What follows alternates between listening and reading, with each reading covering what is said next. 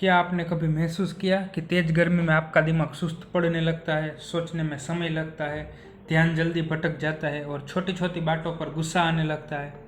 अगर हाँ, तो आप अकेले नहीं हैं। दुनिया भर के वैज्ञानिक यह साबित कर चुके हैं कि बढ़ती गर्मी यानी ग्लोबल वार्मिंग सिर्फ हमारे शरीर ही नहीं, हमारे दिमाग पर भी असर डाल रही है।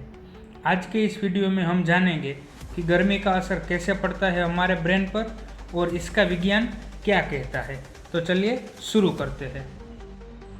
ग्लोबल वार्मिंग का मतलब है धरती का औसतन तापमान धीरे धीरे बढ़ता है।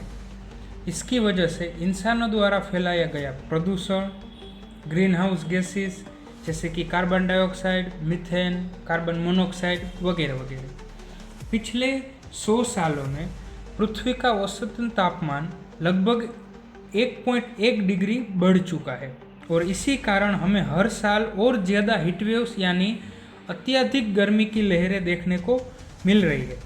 लेकिन अब सवाल ये है कि इसका हमारे दिमाग से क्या लेना देना। हमारा दिमाग एक सुपर कंप्यूटर की तरह काम करता है, लेकिन ये कंप्यूटर तापमान के प्रति बेहद संवेदनशील है। जब बाहर का तापमान बहुत बढ़ जाता है तो हमारे शरीर को खुद को ठंडा रखने के लिए बहुत मेहनत करनी पड़ती है। इस दौरान शरीर का ज़्यादातर ब्लड फ्लो स्किन की ओर चला जाता है ताकि पसीना आ सके और शरीर ठंडा हो सके। लेकिन इसका मतलब होता है कि ब्रेन तक जाने वाला खून कम हो जाता है, जिससे सोचने की प्रक्रिया धीमी पड़ने लगती है। इसके साथ ही ब्रेन में मौजूद न्यूरोट्रांसमीटर्स जैसे डोपामाइन एंड सेरोटोनिन का संतुलन बिगड़ जाता है, जो कि मूड, याद शक्ति और फोकस पर सीधा असर डालते हैं। MIT और हार्वर्ड यूनिवर्सिटी की रिसर्च बताती है कि जब तापमान 35 डिग्री से ऊपर होता है और नमी ज़्यादा होती है, तब दिमाग की प्रोसेसिंग पावर में लगभग 13% की गिरावट देखी गई है और डिसीजन मेकिंग एबिलिटी गर्मी में काफ़ी घट जाती है, जिससे गलत फैसले और दुर्घटनाएं बढ़ जाती है। भारत जैसे देश जहां पहले से ही बहुत गर्मी होती है, वहां हालत और भी गंभीर है। ऐसे में गरीब और बाहर काम करने वाले लोग सबसे ज़्यादा प्रभावित होंगे।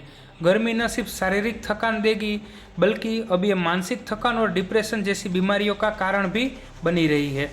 तो अब सवाल उठता है, हम इस बढ़ती गर्मी और उसके असर से कैसे बचें? सबसे पहले खूब पानी पिए और हाइड्रेटेड रहे। जहाँ तक संभव हो धूप से बचे, दोपहर के समय बाहर ना निकले।